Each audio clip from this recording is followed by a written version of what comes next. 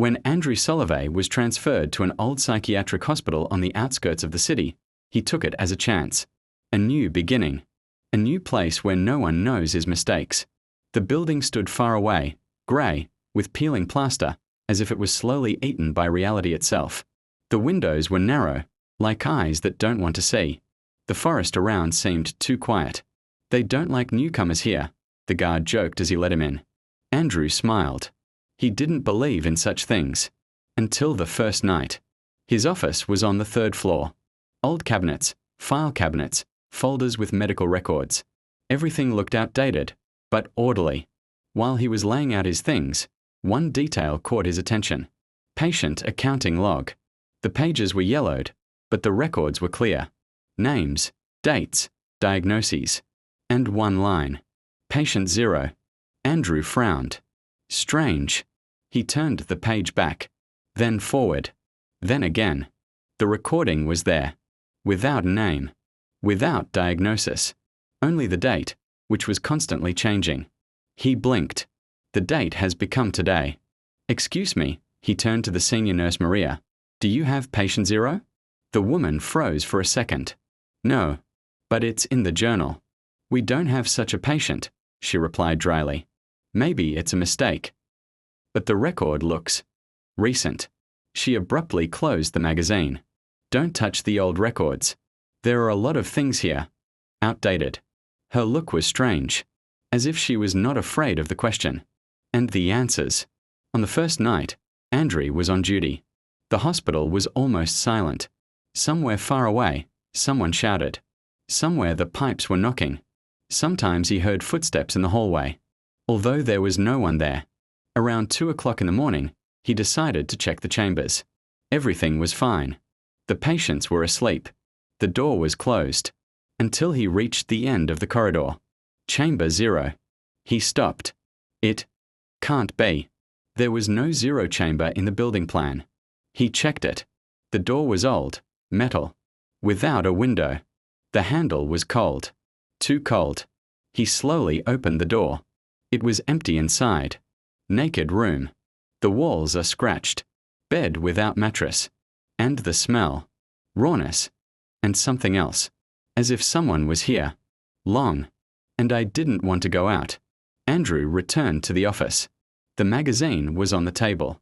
He was open. On the same page. Patient 0. Now there was more. Condition. Watching. What the? He didn't remember writing it. The next day, he began to question the staff. But everyone reacted the same way. Denial. Or silence. Or fear. Only one orderly, an old man named Peter, agreed to talk. Have you seen him too? He asked quietly. Who? 0. Andrew felt the cold run down his back. It doesn't exist. Peter smiled. That's what everyone says. What does it mean? The old man leaned closer. He was the first. First. Before the hospital opened. Before the records appeared. He was already here. It's impossible. Did you check the basement? That same evening, Andrew went downstairs. The basement was closed. But the keys were in the office. He didn't know why he decided to do it. But something dragged him. The door creaked. The darkness inside was thick. The flashlight barely punched her. The walls were older than the building. It was impossible. It was as if the basement existed before the hospital. He saw the door. Smaller. With the inscription. 0. He didn't want to open them. But I did it. Inside was not the place. It was something else. The walls were moving. Breathing. And in the center was a chair. And on it. No one. You came. The voice was behind him. Andrew turned around. There was no one there. I've been here for a long time. Who are you? You already know. The light of the flashlight went out. The darkness became alive. He felt the breath. Close. Too close. Why aren't you in the records? I'm in all the records. But they just can't see. Andrew ran out of the basement. He didn't remember how he got up. How I closed the door. How I ended up in the office. The magazine was in front of him. Open. Patient 0. Status. Contact established. No. He began to flip through the pages. And suddenly, I saw my name. Patient 47, Andrew Solovay. Condition, unstable. It's a joke. He checked the other records. They changed. The eyes ran away. Names disappeared. New ones appeared. And always, in the first place, was 0. He didn't sleep that night. He heard footsteps. In the office. Although the door was closed, he felt someone sit on the chair opposite. Slowly. No sound. You are now part of the system. The voice was quiet. Almost gentle. And what does that mean? You will see him. Who? Yourself. Andrew raised his eyes. And froze. He was sitting on a chair. He's different. Pale. No emotions. With black eyes. You're not the first, he said. And you're not the last. It's not real. Reality doesn't work here. Another Andrew leaned closer. He is not a patient. Then who? It is a place. The world began to fall apart. The walls stretched. Time is distorted.